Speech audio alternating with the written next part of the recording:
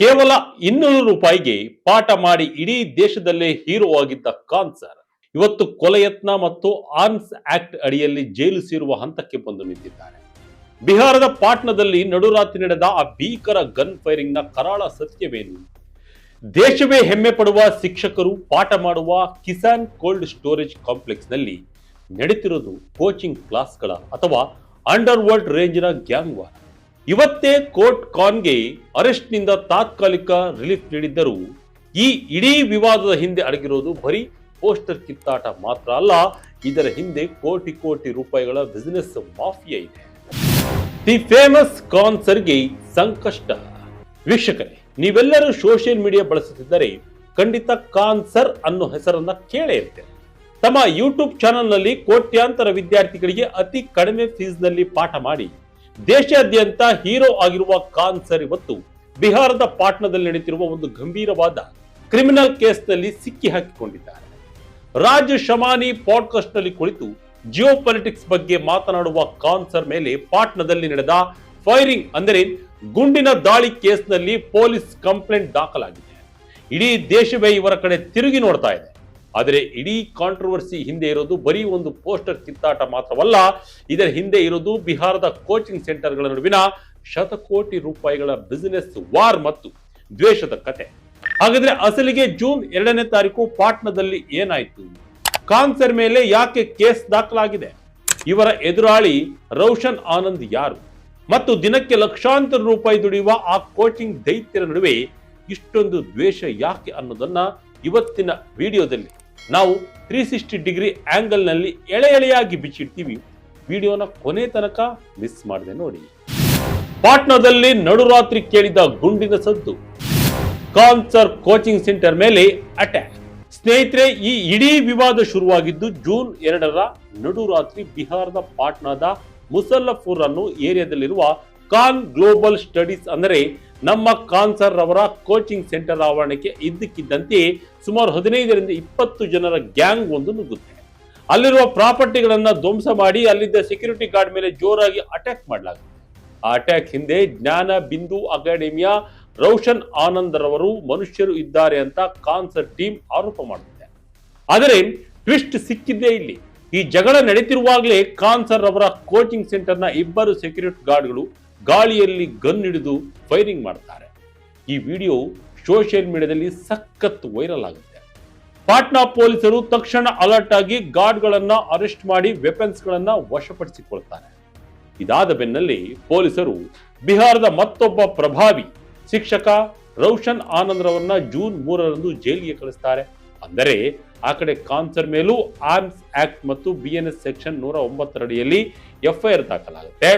ಸದ್ಯಕ್ಕೆ Khan sir arrest ಬೇಡ ಅಂತ ಕೋರ್ಟ್ ಆಂಟಿಸಿಪೇಟರಿ ಬೇಲ್ ಅಂದರೆ ನಿರೀಕ್ಷಣಾ ಜಾಮೀನನ್ನ ನೀಡಿದೆ.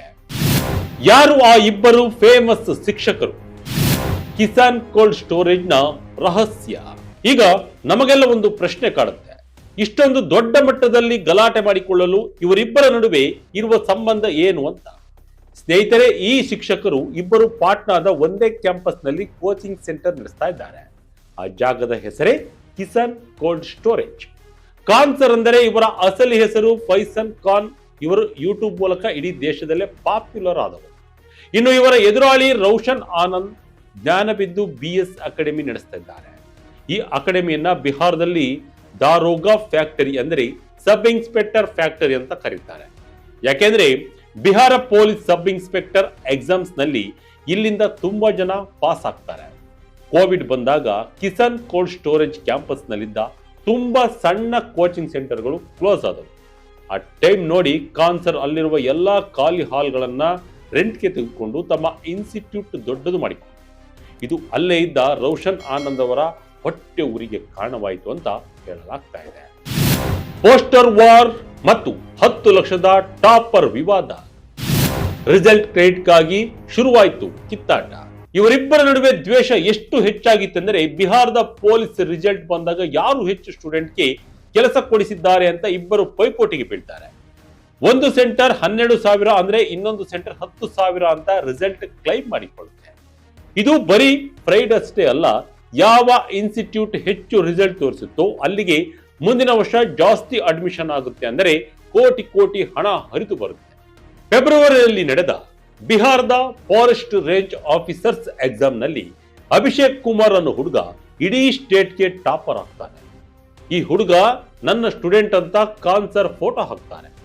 ರೋಷನ್ ಆನಂದ್ ಕೂಡ ಆತ ನನ್ನ ಸ್ಟೂಡೆಂಟ್ ಅಂತ ವಾಟ್ಸಪ್ ಚಾಟ್ ಅನ್ನ ರಿಲೀಸ್ ಮಾಡ್ತಾರೆ. ಮಾರ್ಚ್ ನಲ್ಲಿ ಖಾನ್ ಸರ್ ಆ ಟಾಪರ್ ಹುಡುಗನನ್ನ ತಮ್ಮ ಆಫೀಸ್ಗೆ ಕರೆಸಿ ಸನ್ಮಾನ ಮಾಡಿದಾಗ ರೋಷನ್ ಆನಂದ್ ನೇರವಾಗಿ ಆ ಹುಡುಗನನ್ನ ಖಾನ್ ಸರ್ಗೆ 10 ಲಕ್ಷ ರೂಪಾಯಿ ಕೊಟ್ಟು ಖರೀದಿ ಮಾಡಿದ್ದಾರೆ ಅಂತ ಗಂಭೀರ ಆರೋಪ ಮಾಡ್ತಾರೆ.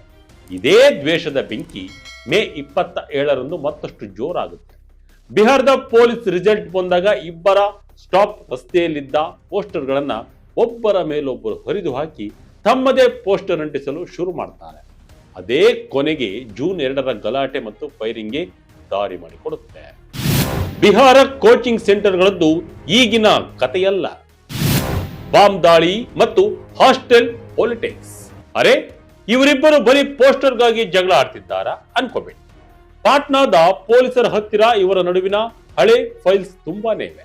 2019ರಲ್ಲಿ ಖಾನ್ ಸರ್ ಕೋಚಿಂಗ್ ಸೆಂಟರ್ ಮೇಲೆ ಯಾರೋ ಬಾಂಬ್ ಬೆಸೆದಿದ್ದರು. ಅದಾದ ಮೇಲೆ 21ರಲ್ಲಿ ಖಾನ್ ಸರ್ ಕ್ಲಾಸ್ ರೂಮ್ಗೆ ನುಗ್ಗಿ ರೋಷನ್ ಆನಂದ್ ಕಡೆಯವರು ಗಲಾಟೆ ಮಾಡಿದ್ದಾರೆ ಅಂತ ಪೊಲೀಸ್ ಕಂಪ್ಲೇಂಟ್ ಆಗಿದೆ. ಇನ್ನು 2023ರಲ್ಲಿ ಜ್ಞಾನಬಿಂದು ಸೆಂಟರ್ ಮೇಲೆ ದಾಳಿ ನಡೆದು ಅಲ್ಲಿದ್ದ ಟಿವಿ ಸ್ಕ್ರೀನ್ಗಳನ್ನ ಪುಡಿ ಪುಡಿ ಮಾಡಲಾಗಿತ್ತು.